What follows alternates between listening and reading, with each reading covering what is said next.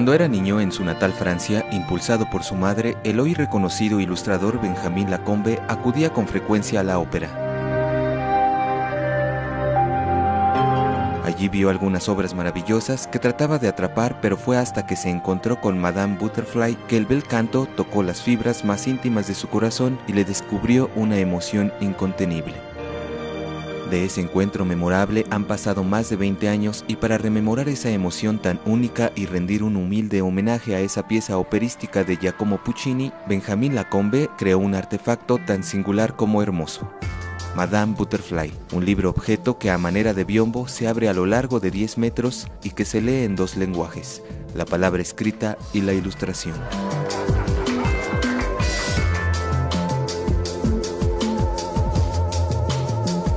Hace unos días en Guadalajara, el escritor e ilustrador que acaba de publicar Madame Butterfly habló con El Universal de su reinterpretación de la famosa ópera de Giacomo Puccini, de la que se cumplen este año el 110 aniversario de su estreno y el 90 del fallecimiento de su autor. Pero antes, revela la voz inédita de un Pinkerton atormentado por los remordimientos a través de deslumbrantes cuadros al óleo.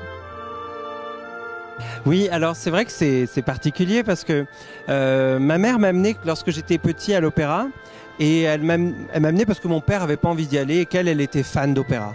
Alors j'y allais, mais c'était pas vraiment un endroit pour les enfants jusqu'au jour.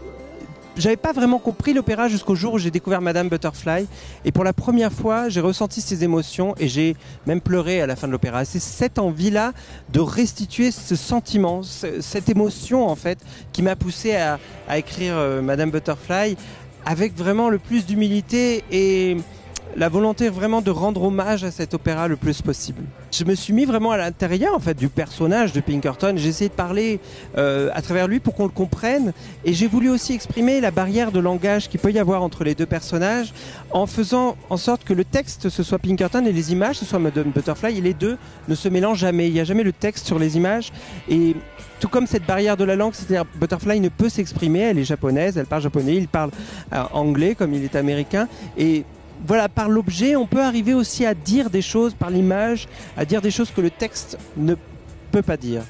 Oui, c'est des thèmes fondamentaux. C'est aussi pour ça que cette histoire traverse le temps et traverse aussi les cultures.